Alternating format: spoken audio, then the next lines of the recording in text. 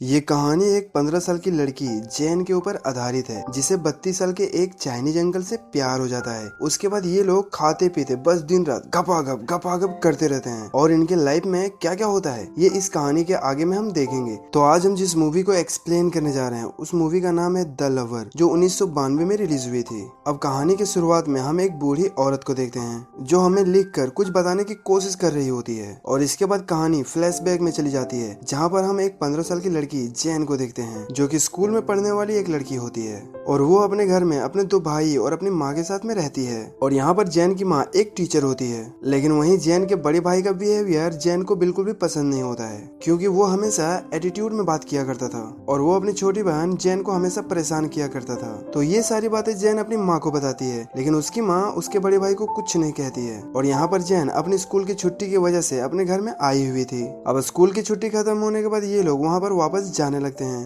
तो उसकी मॉम भी उसे वहाँ छोड़ने के लिए उसके साथ में जाती है। अब यहाँ पर जैन नाव से बाहर निकलकर सारी चीजों को देख रही होती है। तभी उसी दौरान कार में बैठा एक इंसान बाहर निकलकर जैन को देख रहा होता है, जो कि काफी अमीर होता है और मेड इन चाइनीज था। और इसके बाद वो जैन के पास जाता है और उसे सिगरेट ऑफर करता है, लेकिन यहाँ पर जैन उसे मना कर देती है और उससे कहती है कि मैं सिगरेट नहीं पीती। और इस चाइनीज अंकल का नाम टोनी होता है, और वो जैन को बताता है कि मैं इसी गांव का रहने वाला हूँ और अगर तुम चाहो तो मैं तुम्हारे हॉस्टल तक छोड़ दूंगा। जिसे सुनने के बाद जैन भी उसकी बातों को मान जाती है, क्योंकि लग्जरी कार में बैठना जैन का सपना होता है। अब कार में बैठने के बाद इन दोनों को एक दूसरे से बात करने का मन था, लेकिन बात करने का कोई पॉइंट नहीं था। तो जैन उससे कहती है कि मैं बस अभी 17 की हूँ। तो यहाँ पर टोनी भी अपनी एज 32 साल बताता है। उसके बाद पता नहीं उन दोनों के बीच में कहाँ से चरम सीमा आ जाता है, और यहाँ पर टोनी उसके हाथ को पकड़ लेता है और जैन भी इससे बिल्कुल भी बुरा नहीं मानती है, क्योंकि कहीं ना कहीं जैन भी टोनी में इंटरेस्ट होती है। और यहाँ पर जैन टोनी से अपनी एज गलत इसलिए बताती है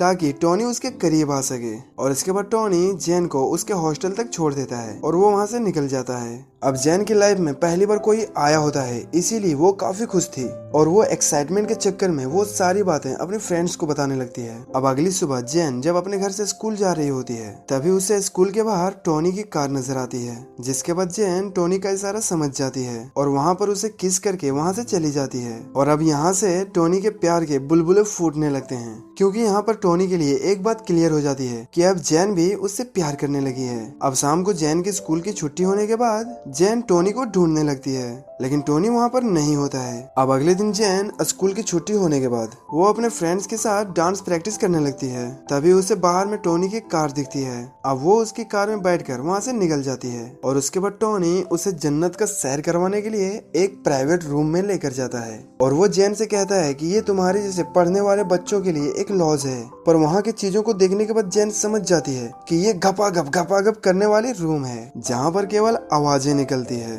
और इधर टोनी जैन की एज को लेकर काफी कंफ्यूज रहता है, क्योंकि जैन उस चाइनीज अंकल के एज से काफी छोटी होती है। और इसके बाद टोनी जैन को अपने घर वापस जाने के लिए कहता है। तो जैन यहाँ उससे कहती है कि मुझे पता है कि तुम मेरे साथ क्या करना चाहते हो, और मैं भी चाहती हूँ कि तुम मेरे साथ गपागप करो। अब ये सुनने के बाद मानो जैसे कि टोनी को ड्राइविंग का लाइसेंस मिल गया हो, कभी लेट के तो कभी खड़े खड़े, कभी पीछे से तो कभी आगे से, बस गपागप मानो कि पूरा ट्रैफिक जाम कर दिया हो। और वो दोनों पूरे दिन बस ऐसा ही करते रहते हैं, जैसे कि उनके गाड़ी का ब्रेक फेल हो गया हो और बस गपागप हो रहा है। और इसके बाद जैन टोनी को बताती है कि मेरे डैड के एक्सपायर हो जाने के बाद हमारे घर की फाइनेंशियल कंडीशन काफी खराब हो गई है। जिसे सुनने के बाद टोनी को ऐसा लगता है कि जैन ने बस पैसों के लिए मेरे साथ गपागप किया था। और तभी जैन उससे कहती है कि मैं एक राइटर बनना चाहती हूँ और मैं अपनी फैमिली की सारी प्रॉब्लम्स को दूर करना चाहती हूँ। जिस पर टोनी उससे कहता है कि क्या मैं तुम्हारी मदद कर सकता हूँ, जिस पर जैन उसे साफ साफ मना कर देती है। और इसके बाद ये दोनों एक होटल में डिनर करने के लिए जाते हैं, जहाँ पर टोनी जैन से कहता है कि हमारे चाइनीज में एक वसूल है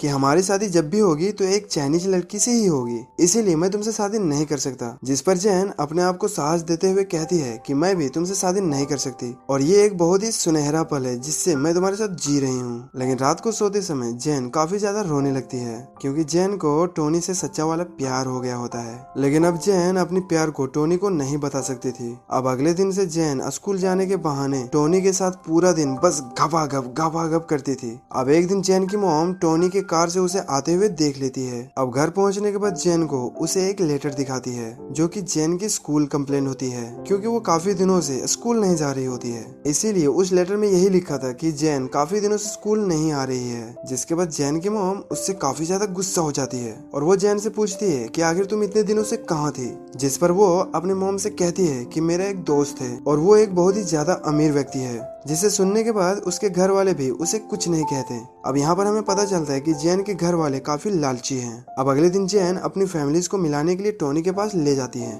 जहाँ पर टोनी भी उनके फैमिली से बातें करता है। लेकिन यहाँ पर उनकी फैमिली को टोनी की बातों पर घंटा भी फर्क नहीं पड़ता और ये सारे लोग बस खाने के पीछे पड़े हुए होते हैं, क्योंकि उन लोगों को बस टोनी का खाना पीना और हराम पचाना था। और यहाँ पर टोनी इनके हरकतों को देखकर इनके इरादे को पहचान जाता है और वो इन लोगों को कुछ पैसे दे देता है। और अब जैन के घर वालों को टोनी से बिल्कुल भी परेशानी नहीं थी और अब यहाँ पर टोनी जैन के साथ दबा के घपाघप करता है। और इसके बाद जैन टोनी से एक दिन कहती है कि मेरी मॉम को पैसों की जरूरत है। तो टोनी यहाँ पर जैन को पैसों के लिए उसे मना नहीं करता, क्योंकि टोनी पैसों की वजह से जैन को खोना नहीं चाहता था। और इसके बाद जैन की मॉम तेज बारिश में भी स्कूल आकर उससे पैसे ले लेती है।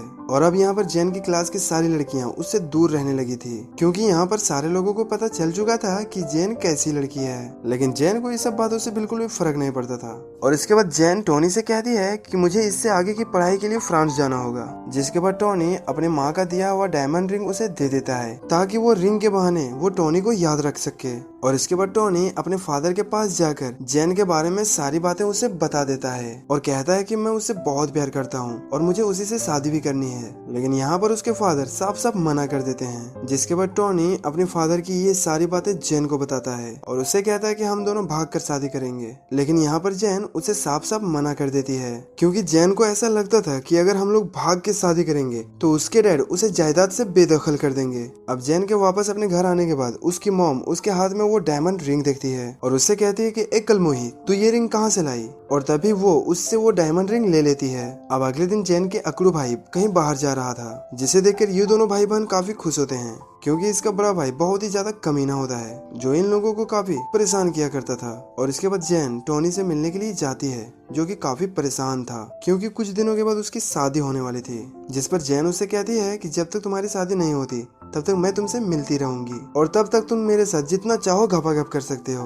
लेकिन टोनी यहाँ पर फिर भी रोता रहता है। अब यहाँ पर जैन अपने आगे की पढ़ाई के लिए फ्रांस जाने के लिए पूरी तरह से तैयार होती है। जिसके बाद जैन की मॉम उससे कहती है कि हमारी फ्रांस जाने के लिए हमारी पूरी मदद टोनी ने करी है। जिसके बाद जैन मुलाकात करने के लिए टोनी के पास जाती है और पूरे दिन वेट करने के बाद भी टोनी उसके घर पर नहीं आता। अब फ्रांस जाते समय उसे टोनी की कार नजर आती है, लेकिन टोनी वहाँ पर भी नहीं आता और इसके बाद जैन काफी ज्यादा रोने लगती है। अब यहाँ पर हम आपको बताते हैं कि स्टार्टिंग में जो आपने बूढ़ी माँ को देखा था जो लिख कर हमें कुछ बताने की कोशिश कर रही थी, वो असल में जैनी ही थी और ये सारी कहानी को लिख कर वो हमें बता रही थी। तो उसी दौरान उसे टोनी का कॉल आता है और वो उससे कहता है कि मैं शादी के बाद भी तुम्ही से प्यार करता हूँ और मरते दम तक मैं बस तुमसे ही प्यार करता रहूंगा। और जितना भी आपने इस कहानी में देखा वो एक जैन नाम की बूढ़ी औरत ही कर रही थी, जिसने अपनी पूरी कहानी को बताया। और ये मूवी यहीं पे खत्म हो जाती है। तो मिलते हैं कल नेक्स्ट वीडियो में।